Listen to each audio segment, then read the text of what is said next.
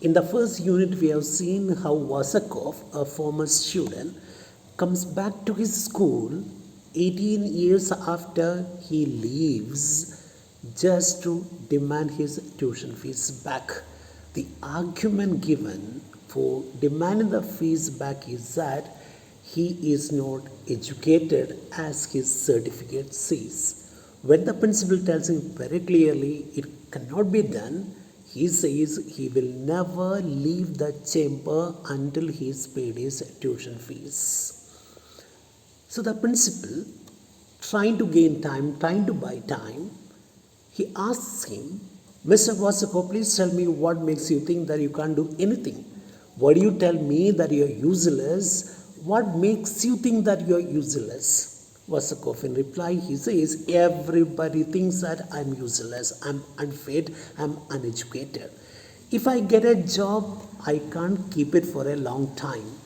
Vasakov asked the principal to conduct an exam to find out how much he knows. He says, ask your masters to come in, let them interview me or let them test me, let them examine me, then they'll know how educated I am, how bad I am, how unfit I am. The principal wonders what a distressing, painful, terrible business it is. What is a distressing business here? A student coming back to the school so many years later and demanding the tuition fees back. It is distressing. How unfortunate. It is unfortunate a student comes back to school demanding an exam to be conducted. So principal asks him, do you really want to take another examination? Are you really in a mood to take another examination? Usually students are scared of taking examination. And this former student comes back 18 years after he gets his certificate and asks the principal to conduct another examination. So the principal asks him whether he is serious or whether he is joking. Vasako, yes, I have the right to take one. No doubt, I'm not joking. I have got the right to take one more exam. Principal, oh, what a strange case. What an unusual case. He scratches his head because he doesn't know what he should do. And then says, I have never heard of anything like this before. This is the first time I have encountered a situation like this. What is the situation? A student coming back, a former student coming back to school demanding tuition fees. And he says it is very strange, it is unprecedented. Oh, this is the first time such a thing has happened. I shall have to consult the staff. Finally, the principal tells the student, Mr. Vasakov, I'll have to consult my staff. I shall have to call a conference meeting. I'll call a staff meeting. Will you wait in the waiting room and give me a few minutes? Let me talk to the staff. Vasakov, now he gets up. Till now, he has been sitting in the chamber. So when the principal asks him to wait in the chamber, in the waiting room, he gets up and tells the principal, yes, be very quick, okay?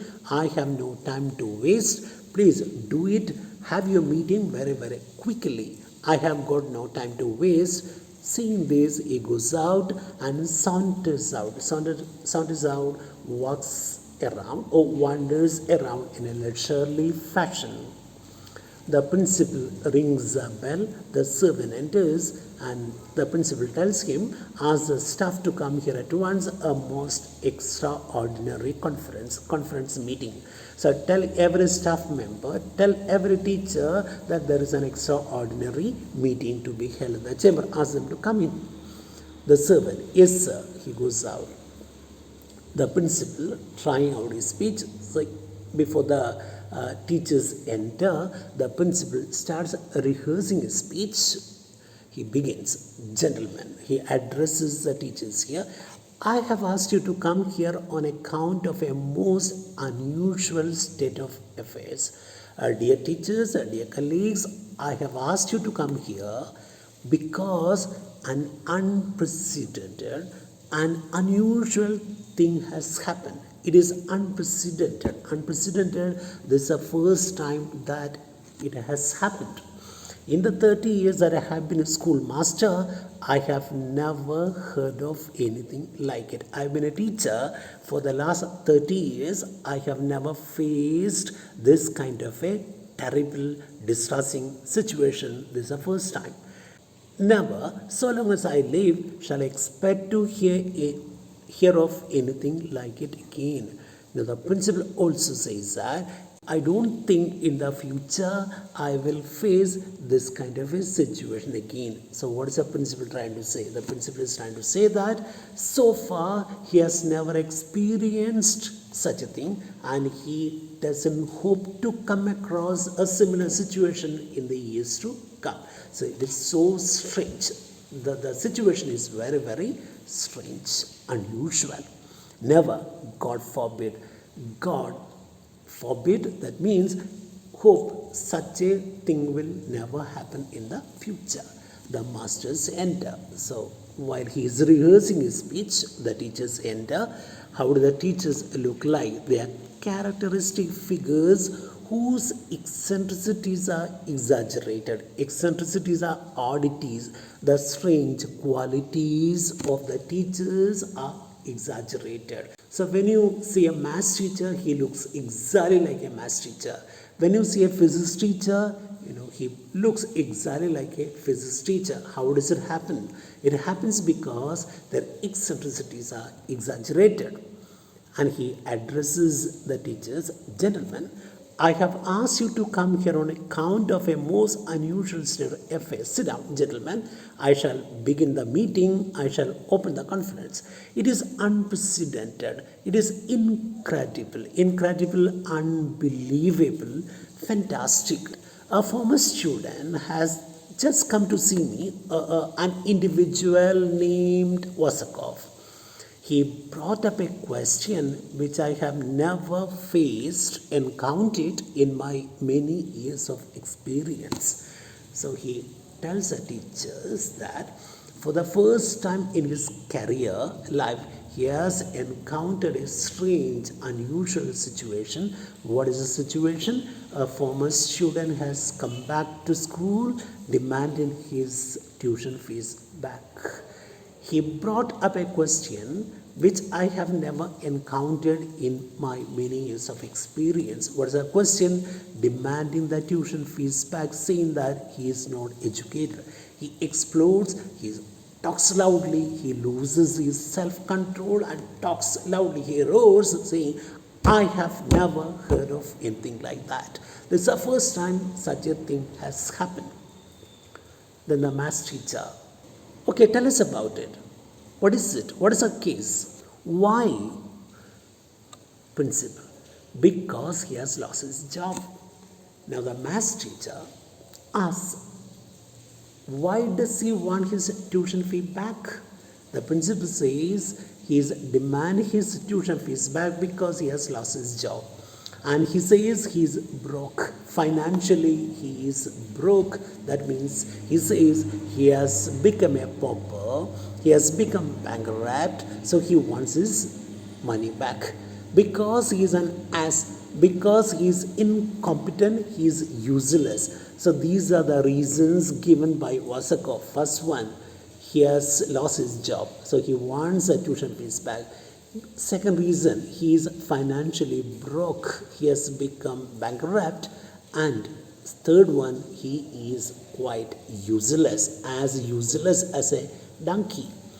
I should be glad to have you express your views on this unparalleled case. Unparalleled, which has no parallel, which has no comparison. And he says, I should be very happy to receive your comments on this strange, unusual, unprecedented, unparalleled case. The physics master says, gentlemen, the case is natural. Now the physics teacher begins speaking, and what does he say? Oh, this case is natural. The law of conservation of energy proves that any given student will lose in any given period as much knowledge as a teacher can give him, drill into his head in another period of duration. So how does a physics teacher comment on what is happening.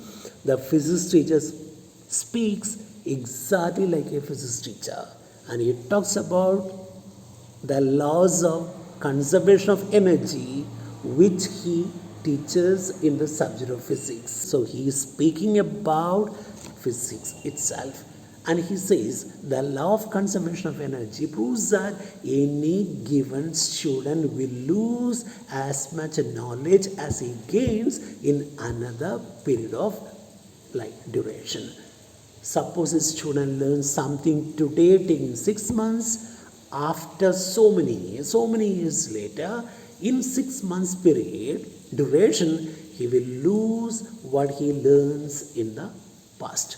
So it is a law of science, it's a law of physics. So he quotes this. Then history teacher, just like the physics teacher, history teacher talks about history, physics teacher talks about physics, and history teacher relates what is happening to history. And he says, come on, there is nothing like it in the history of civilization, because history teacher deals with civilization, history of civilization. So he says, I have never come across such a case in the history of civilization. They said that the Bourbons learned nothing and forgot nothing, if that is true. What the physics teachers say? The physics teacher has said that the law of conservation of energy says that what is gained will be lost later. But history teacher contradicts him by saying that in the history of civilization there is nothing like that. It is said that there was a dynasty called Bourbons which ruled in Spain. It is said that Bourbons, the dynasty, people who belonged to the great dynasty, learned nothing and forgot nothing. So he is trying to tell the physics teacher that he is wrong. Then the physics teacher says, oh, come on, the law of conservation of energy. He argues with the history teacher by saying that what he said is right. So the two of them argue. Then the math teacher intervenes, saying that does he want the amount with simple or compound interest? Now the math teacher pitches in by asking a question whether the student wants his tuition fees back with simple interest or compound interest. So he speaks exactly like a math teacher.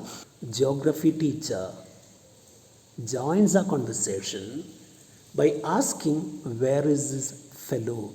A geography teacher naturally will ask this question, where is it? If you talk about a country, if you talk about a place, a geography teacher is bound to ask, where is that place? Where is it? So he's asking the question, where is that fellow anyhow? The principal says, he is waiting outside. He wants to be re-examined. He says he learned nothing. So the principal says he is waiting in the waiting room. I have asked him to wait there. He wants to be re-examined. He wants to face an exam again.